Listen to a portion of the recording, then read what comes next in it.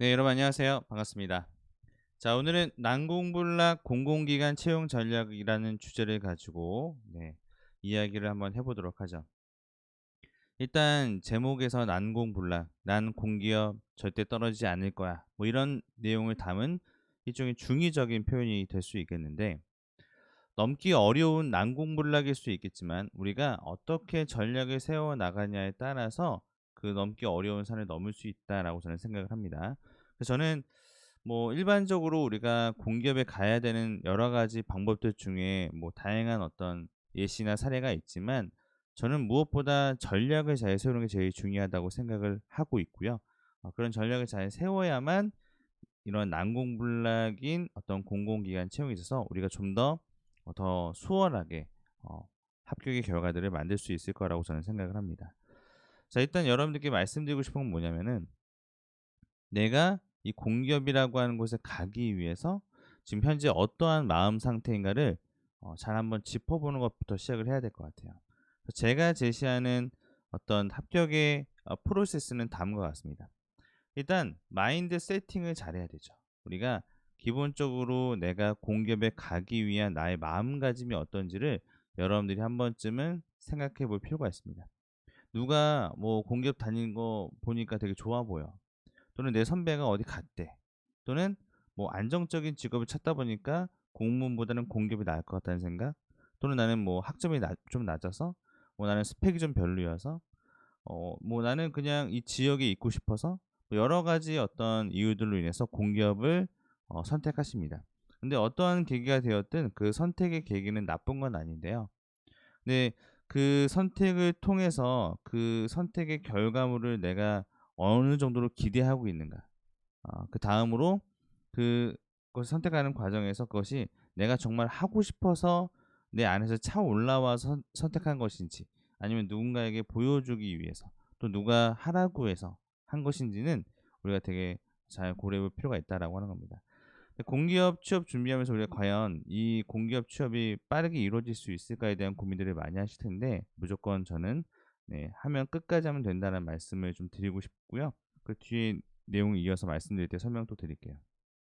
그리고 여러분들이 어떤 공기업에 가야 되겠다는 마음가짐이 생기게 된 다음에는 그다음에 뭘 해야 됩니까? 그다음에는 내가 어느 공기업에 갈 수 있을까에 대한 매핑을 좀 그려 보시는 게 되게 중요해요. 단순히 내가 뭐 공기업에 가야지 이게 아니라 공기업 가서 어떤 공기업이 있는지 또 내가 그동안 준비해왔던 역량을 바탕으로 지원할 수 있는 공기업이 어디가 있는지에 대한 나름대로의 매핑을 좀 그려 보시는 과정들이 필요하고요. 그다음에 여러분들이 가고 싶었던 공공기관의 대표적인 직무 기술들을 뽑아서 그 안에 있는 직무 역량들을 정리해 놓으시는 게 중요합니다. 채용에 대한 어떤 요구 사항도 정리해 놔야 되겠지만 직무 기술서를 통해서 그 직무 기술서 안에 내가 가지고 있는 나의 역량이 무엇인지 또는 나에게 부족한 역량이 무엇인지를 판단하는 게 되게 중요해요. 그렇게 판단하고 난 뒤에는 그다음에 뭐 해야 됩니까? 직무 관련된 활동 및 교육을 여러분들이 나름대로 추가적으로 들어야 됩니다. '아 꼭 이런 거 해도 되나요? 뭐 필기 시험만 준비하면 되는데 꼭 이런 것까지 해야 됩니까?' 라고 생각할 수도 있는데 물론 필기 시험을 준비하는 게 제일 중요하죠. 왜냐하면 난이도가 제일 높고 거기서 많이 탈락하시기 때문에. 근데 나중에 여러분들이 필기 시험만 합격하면 공기업 채용에 최종적으로 합격하는 것은 아니죠. 네, 여러분들이 면접에 대한 결과를 다시 또 기다려야 되는 과정들이 남아 있기 때문에. 그런데 그 면접에 가서 "직무를 위해서 무엇을 준비했느냐?"라고 물어봤더니 자격증 2개 땄고요. 한국사 취득하였고요. 학부 때 프로젝트들을 많이 수행했습니다. 자, 이런 내용만 가지고 합격할 수 있느냐? 물론 합격할 수도 있겠죠. 그런데 뭔가 우리가 만에 하나라는 어떤 관점에서 내가 마지막에 면접에 갔을 때 나를 차별화할 수 있는 경쟁력에 대해서 만들어 놓는 게 되게 중요합니다. 그렇기 때문에 직무 기술서를 잘 분석하고 이해하는 것은 굉장히 중요한 요소예요. 그래서 여러분들이 직무 기술서를 바탕으로 해서 직무와 관련된 나의 지금 현재 부족한 역량이 무엇인지를 판단하고 그 역량을 어떻게 빠르고 효과적으로 쌓아나갈 수 있는지에 대한 계획을 세워나가는 과정이 다음으로 이어져야 합니다. 그다음에 NCS 필기 및 자기소개서 또 면접에 대한 준비들을 루틴하게 가져갈 수 있도록 준비하셔야 돼요.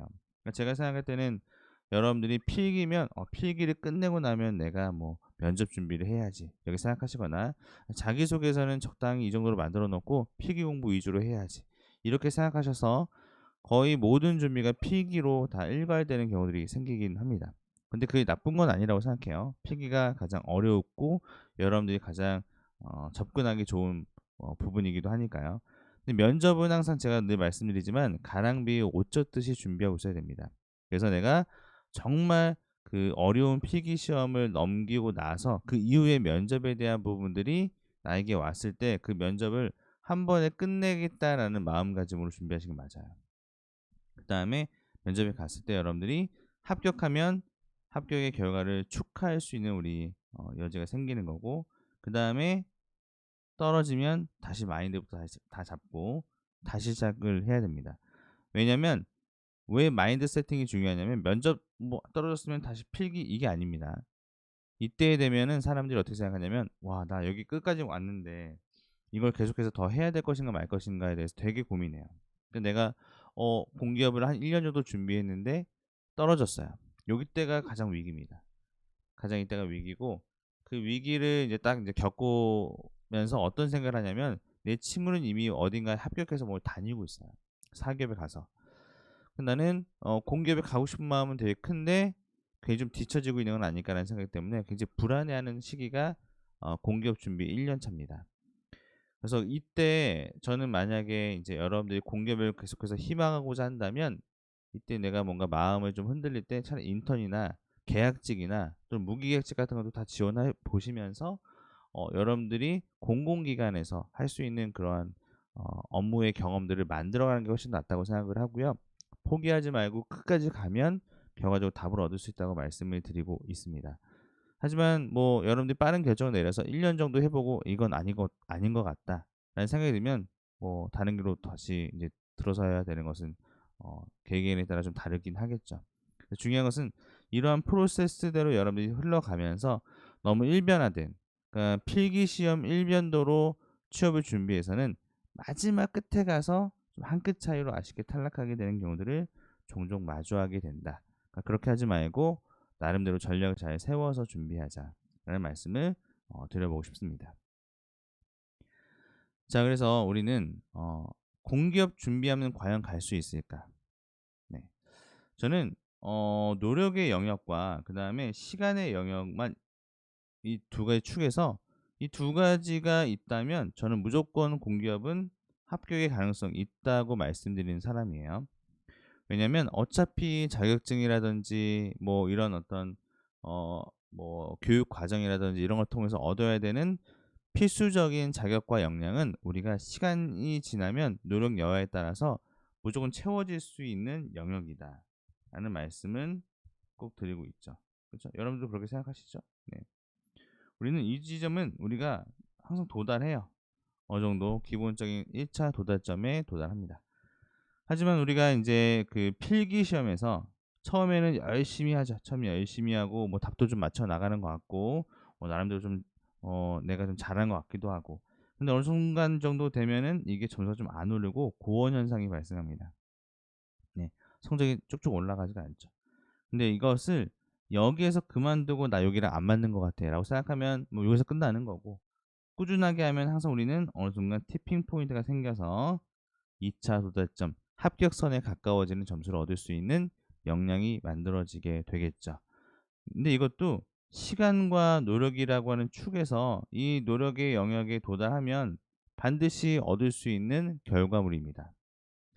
면접에 대한 부분들은 근데 면접도 우리가 합격과 불합격으로 인제 피가 나눈 다음에는 면접은 미지의 영역이에요. 이거는 내가 잘했다고 생각해도 떨어질 수 있고요. 내가 못했다고 생각했는데 붙을 수도 있습니다. 그 차이가 뭐냐면은 결과적으로는 이 영역에서 우리가 보게 되면 실질적으로는 면접이라고 하는 것이 내가 막 되게 말을 잘하고 뭔가 내가 뭔가 면접에 대해서 되게 능숙하게 대응하고 이런 것들을 잘하면 면접에 합격할 거라고 생각하지만 면접이 그런 게 아니거든요. 면접은 진짜 여러분들이 가지고 있는 다양한 문제 해결 능력과 뭐 의사소통 능력과 그다음에 공공기관에 필요한 인재로서의 인재상에 부합하는지에 대한 여러 가지 요소들을 복합적으로 평가해서 여러분들 합격과 불합격이 결정짓는 경우가 있기 때문에 단순히 내가 뭐 말을 잘한다고 해서 붙여주는 그런 어떤 시스템이 아니다. 자, 그런 면에서 여러분들이 면접에 대한 부분을 앞서 드렸던 것처럼 끝까지 준비하고 놓지 말아야 된다 말씀을 드리고 싶고요. 우리가 여기까지 오는 만약 10 개를 지원해서 진짜 이 2차 도달점 필기 시험 합격의 과정까지 도달하는 과정이 얼마나 될 것이냐. 제가 생각할 때는 한두 번이에요, 한두 번. 10 개를 쓰게 되면 필기까지 도달해서 합격해서 하는 경우는 한두 번밖에 없습니다. 우리는 이 한두 번의 그 면접 기회를 딱 잡아서 이때 합격을 하면은 빠르게 공기업 준비가 끝나는 거고, 이때 합격을 못하면 늘어지게 되는 거죠. 그러니까 저는 합격의 결과를 만들기 위한 면접에 대한 준비가 중요하다고 누차 이제 강조를 드리고 있는 겁니다. 그래서 여러분들은 만약에 면접에 떨어졌어요. 그래도 다시 한번 하고 끝까지 하면 됩니다. 여러분 만약에 진짜 공기업 준비 3년 한다고 생각해 보세요. 3 년. 3년 정도 했어요. 그죠? 3년 어떻게 합니까? 그죠? 그럴 수 있는데 했어요. 그런데 3년 정도 준비하면 여러분 몇 살이에요? 한 29, 30 되나요? 아무리 늦어도 30대 초반입니다. 그쵸? 그럼 30대 초반에 내가 60대 중반까지 일할 수 있다면 이거는 근 30년 정도 일하는 거잖아요. 30년 정도. 그쵸? 그럼 내가 3 년을 투자해서 30 년의 시간을 안정적인 직업 기반을 만든 것이기 때문에 우리가 제일 좋아하는 건 뭐죠? 네, 10 배. 수익률로 따지면 10 배입니다, 여러분. 네, 시간의 수익률로 따지면 10 배의 시간을 확보할 수 있는 그런 기회를 만들어 가는 거예요. 그러니까 여러분들 끝까지 하세요. 알겠죠? 포기하지 마세요. 그냥 하세요. 알겠죠? 그러면 어느 순간 여러분들이 이 결과를 만들 수 있고 여러분들의 인적인 시간에 대한 투자는 충분히 보상을 받을 수 있는 결과물이 바로 공기업이다라는 말씀을 꼭 드려보고 싶습니다. 그리고 우리가 많은 공기업들이 있어요. 엄마도 아는 공기업인가 아니면 공기업이면 되는가. 그러니까 여러분들은 안정적인 것이 가장 중요한 선택 요인입니까? 아니면은 나는 인국공 아니면 안 되지. 나는 좀 여기 내가 어느 정도 이 정도 되니까 인국공은 가야지. 약간 이런 느낌이신가요?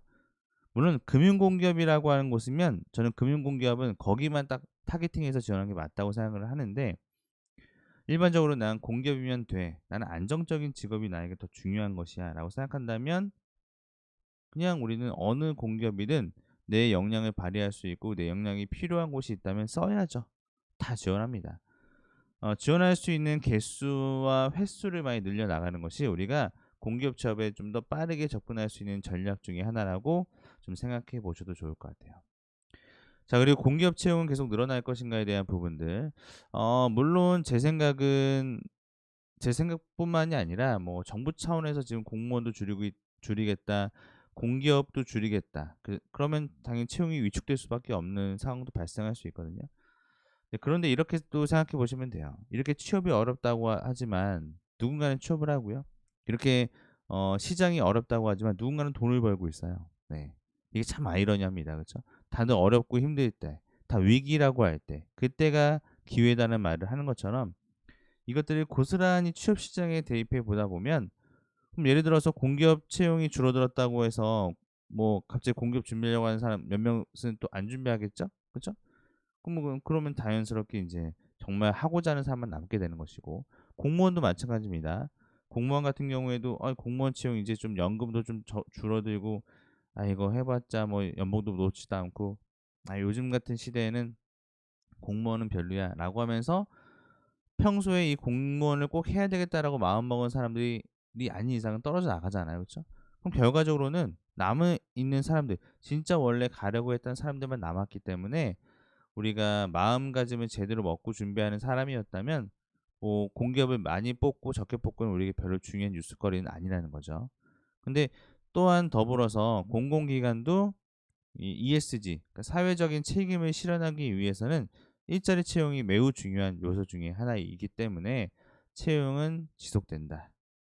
그러니까 나는 그냥 '한번 해 볼까.'라고 하는 마음가짐이 아니라 '이거 아니면 안 되겠다.'는 마음가짐을 가지고 집중하면 '이거는 되는 게임이다.'라고 생각하시고 무조건 여러분들의 모든 열정을 들이부어야 됩니다.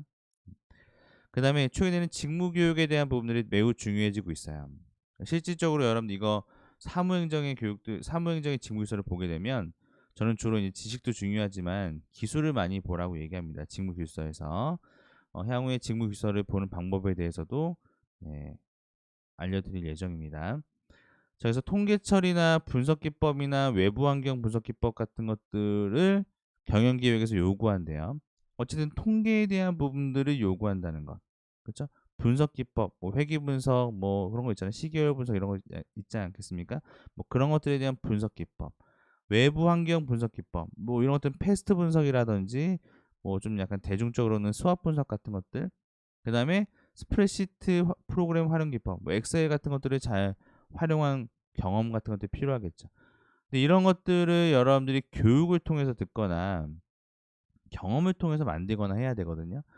그러니까 제가 생각할 때는 여러분들이 직업훈련 교육 있죠? 직업훈련 교육. 그 직업훈련 교육에 대한 부분들을 잘 들어야 됩니다. 향후에 뭐 직업훈련 교육을 무엇에 들어야지를 한번 또 말씀드려 보는 기회가 있을 건데요. 자, 직업훈련 교육 같은 것들을 많이 들어야 되고 그 교육을 적어도 한 3개 정도는 들어 놓으시는 게 좋은 전략이 될 수 있다라는 말씀을 좀 드려보고 싶습니다. 자, 그다음에 뭐 기업의 어떤 홍보 쪽도 보게 되면 이런 채널 선택에 대한 부분들. 그러니까 일반적으로 우리가 SNS를 잘 관리하고 운영했던 경험도 우리는 공기업에서 사용할 수 있는 나의 어떤 경쟁력 중에 하나가 될 수 있다라고 하는 것이고요.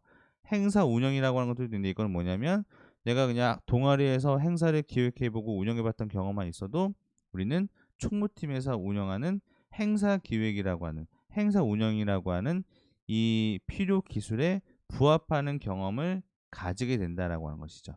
그래서 직무규서를 통해서 지금 어떤 교육을 들어야 될 것인지, 지금 내가 어떤 역량을 좀 더 추가해야 될 것인지를 파악해 볼 수 있고요. 남부 발전에서 지금 직무 필요 기술들을 보니까 뭐 생산 데이터, 통계 프로그램, 공정 장비 문제점 등등 대부분 주로 어떤 거예요? 데이터를 분석하고 활용해서 좀 더 최적화된 어떤 공정을 만들어가는 그런 노력에 대해서 좋은 평가를 해주고 있다. 즉 이런 것들을 봤을 때 지금 사무와 기술직 모두에게 필요한 역량 중에 하나는 데이터 또는 통계 프로그램에 대한 관리와 활용 능력이 될 수 있겠다라고 하는 것들을 직무 기술을 통해서 이제 파악을 할 수 있게 되겠죠. 자, 그렇게 파악된 직무 기술에 대한 내용을 바탕으로 우리는 관련된 직무 교육을 이수하시면 내가 향후에 직무를 위해서 무엇을 준비했냐라고 작성하거나 말해야 될 때, 이럴 때 나 이런 거 준비했다라고 한마디 더 하게 되면 훨씬 더 여러분들이 직무에도 부합하고 기업의 요구사항에도 부합하는 인재가 될 수 있다. 여러분 이런 관점에서 직무 관련된 교육들을 많이 들어놓으시는 게 필요합니다. 그래서 이거는 좀 새롭게 정리된 부분들도 있는데 통계는 무조건 다 들으셔야 되고요. 그다음에 이공계열 쪽에서 계량 측정이라든지 한국표준협회, 뭐 프렌트산업협회, 한국산업기술진흥협회 이런 데에서도 다양한 교육들이 이루어지고 있으니 내용을 한번 확인해 보시면 좋을 것 같습니다. 그래서 여러분들이 다양한 어떤 책도 좀 활용해 보시면 좋은데 참고로 제가 쓴 책에도 NCS 자기소개서 및 면접 에듀윌에서 나온 책도 한번 나중에 뭐 찾아보시면 좋을 것 같아요. 이제 최근에 예를 들어서 여러분들이 이공계열이다. 그럼 신재생 에너지 관련된 교육이 좀 필요하잖아요. 그런 것들은 한국전력거래소에서 신재생 에너지 관련된 교육들을 하고 있습니다. 그래서 그런 교육들을 찾아서 여러분들이 좀 들어 놓으시면 직무에 대한 부합도나 적합도가 좀 높게 평가될 수 있고요. 그런 것들을 바탕으로 여러분들이 좀 더 나은 경쟁력을 확보할 수 있게 될 것이다. 그래서 직무와 관련된 교육들을 좀 추가적으로 따로 또 설명을 드릴 계획입니다. 그래서 이런 다양한 교육들을 이수하시면 좋을 것 같아요. 그리고 여러분들은 다양한 어떤 공기업에 대한 영역들 넓혀 나가시고 그 다음에 설명이 아닌 증명할 수 있는 경험들을 많이 만들어 갈 수 있도록 해야 됩니다. 단순히 그냥 내가 이걸 했어요가 아니라 내가 뭔가 증명한다는 것은 뭐냐면 경험적인 어떤 성취, 성과라고 하는 것들이 되게 중요해요. 성과와 성취에 대한 부분들이죠. 성취. 그래서 여러분들이 쉽게는 생각해 보면 뭐냐면은 내가 어떤 그 주식에서 돈을 벌었다. 그쵸? 그러면은 얼마 벌었어? 나 2천만 원 벌었어. 그럼 사람들이 뭐라고 합니까? 인증해 봐. 계좌 한번 인증해 봐." 이렇게 얘기하지 않겠습니까? 근데 내가 계좌를 인증하지 못하면 뭐가 되는 거죠? 그러면 거짓말이 되는 거죠. 결과적으로 너가 실질적으로 문제해결 능력이 있는가, 너가 실질적으로 홍보 관련된 역량이 있는가, 이런 것들을 평가하기 위해서는 당연히 그와 관련된 경험을 바탕으로 해서 증명할 수 있어야 되고, 그것을 증명한다는 것은 바로 성과라고 하는 것이죠. 그래서 여러분들의 경험 안에서 어떠한 성과를 만들어낼지에 대한 부분들을 잘 이제 만들어 놓는 것이 가장 중요한 대비가 될 수 있습니다. 그 경험을 성과로 만들어 놔야 돼요. 저는 특별히 성과라고 할 수 있을 만한 경험이 없어요라고 생각하지 마세요. 다 있습니다. 없으면 여러분들이 지금이라도 다양한 공모전, 공공기관의 서포터즈, 이런 것들을 다양하게 참여하셔도 돼요. 이거는 문턱이 좀 낮기 때문에 여러분들이 지금부터 잘 찾아보시면, 꼭 내가 지원하고자 하는 희망하는 공공기관이 아니다라고 할지라도 이런 경험들이 나중에 여러분들이 실제로 지원하거나 업무를 수행하는 데 도움이 됩니다. 그러니까 다양한 대외적인 활동과 공모전 같은 것들도 많이 참여해 보시는 게 중요하고요. 최근에는 ESG와 관련된 공모전 같은 것들 많이 하기 때문에 ESG나 디지털 혁신에 관련된 공공기관에서 하는 그런 공모전이 있다면 참여하셔야 되겠죠. 그러니까 최근에 한전 KDN에서 그런 공모전이 있었죠. 이런 것들을 여러분 잘 모니터링하면서 준비하고 계셔야 됩니다. 그렇지 않으면 어떻게 된다? 그렇지 않으면 우리가 지금 당장 준비할 수 있는 어떤 그런 어 취업 역량에 대해서 좀 부족함이 발생하게 될 수밖에 없다라고 하는 거예요. 그렇죠? 경험을 성과로 만들어 놓는 그런 과정들을 계속 반복하셔야 된다. 근데 그 성과라고 하는 것은 어떤 것들을 기준으로 하느냐? 직무 기술서에 나와 있는 기술 부분, 그다음에 태도 부분에 대한 것들을 바탕으로 해서 성과로 연결짓는 연습을 하셔야 됩니다. 무슨 말인지 모르시겠다고요? 네.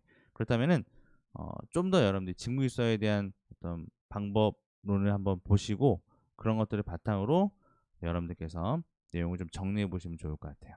그러면 좀 더 내가 어떤 것을 준비해야 되고 어떤 것은 준비하지 말아야 될지에 대한 명확한 가이드라인을 여러분들이 얻게 되실 거라고 생각을 합니다. 그렇게 해서 좀 더 공기업 취업에 대한 나름대로의 어떤 전략과 방법들을 고민해 보시는 게 필요하다라는 말씀을 꼭 드리고 싶습니다.